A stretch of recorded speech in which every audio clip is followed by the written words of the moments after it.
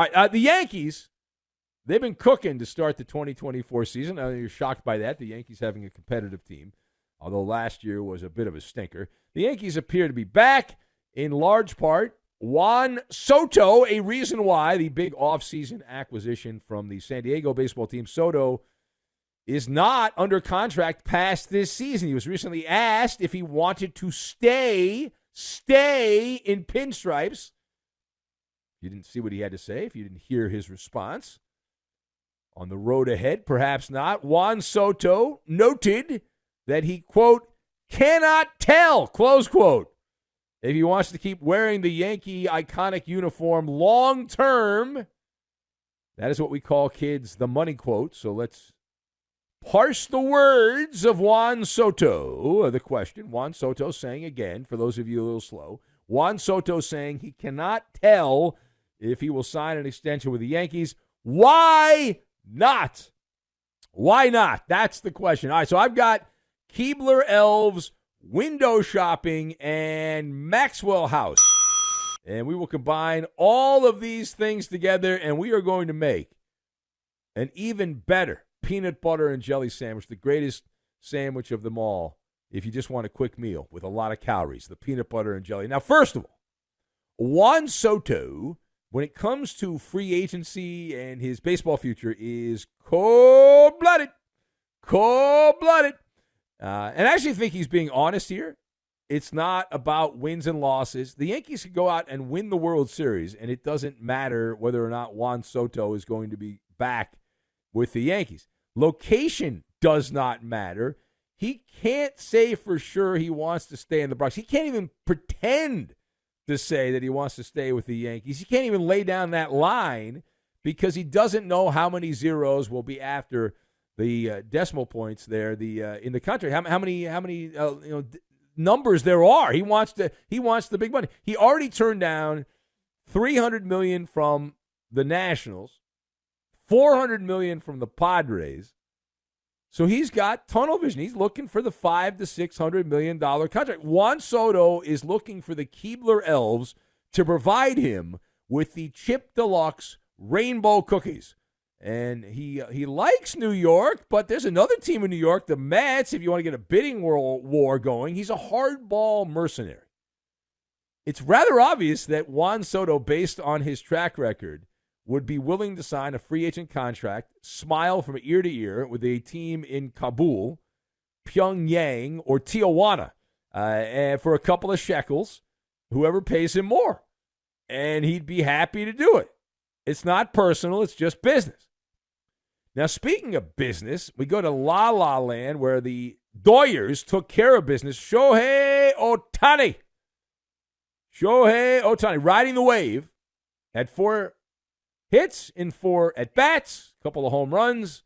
The Los Angeles National League Baseball team beat the Atlanta National League Baseball team 5-1 on a sun-baked Sunday afternoon at Chavez Ravine, and they get the 3-game sweep.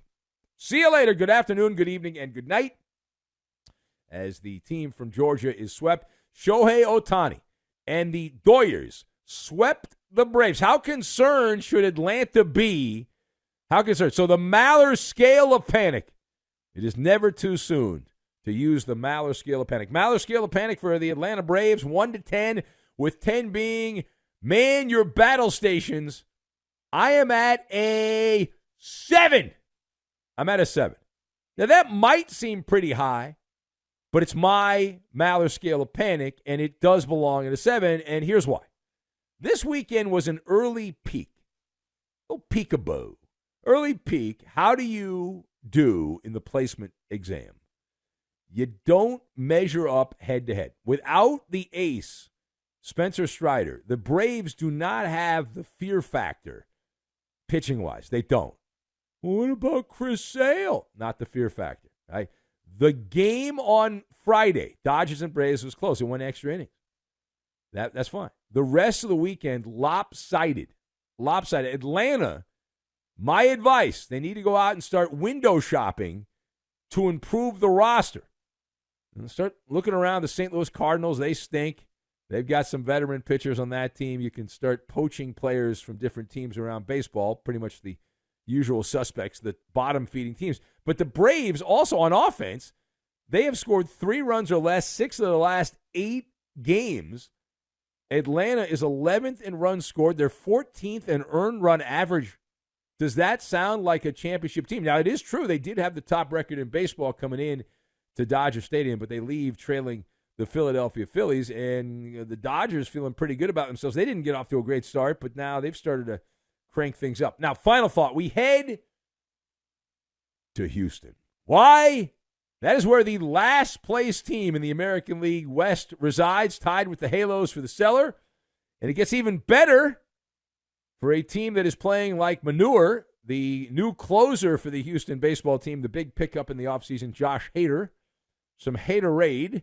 He allowed the go-ahead home run to Robbie the Mariner fans' favorite catcher, Cal Raleigh, in the top of the 9th inning on an 0-2 fastball right down the middle. Cal Raleigh against Josh Hader, the bread and butter of Josh Hader, fastball down the middle. I'm so good you can't hit it. Here we go. He hit it. Cal Raleigh hit it.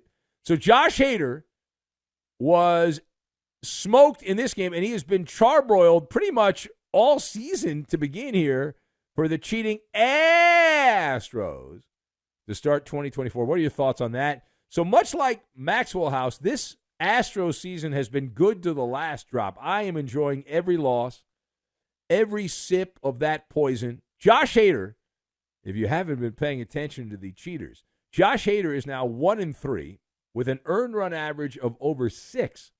Now, I never pitched in the major leagues, but I don't think that's good. Last season in San Diego, he appeared in 61 games for the Pod Squad and gave up 8 earned runs in 61 games in San Diego. And now Josh Hader has, in 15 games, given up 10 earned runs. Great resume if you like buckets of puke. Great resume. All right, this season. Now, overall, 5 All-Star appearances. He's at the age where you start to see a decline. He's 30 years old. Josh Hader signed a 5-year deal with the ass 1,000, 2 1,000 holes. 5-year deal. And he is going to be there in Houston, unless they get out of the contract and just pay him off. He's going to be there until he's in his mid-30s. He's got $95 million coming his way. Now, the cheating a-holes, because they cheated, made 7 straight American League Championship Series, but nobody really considers them legit because they're phony. They were never punished. They're probably still cheating somehow, although it's not working right now. They need to go to Home Depot or Lowe's and get some new trash cans is what they need. But Josh Hader, he's a guy that a lot of teams wanted, and he went there, and it's been a chef's kiss of crap for Josh Hader and the a-holes as he picked them over other teams. He could have gone to multiple other NFL teams sneaking around in free agency. He chose Houston. And right now, horrible.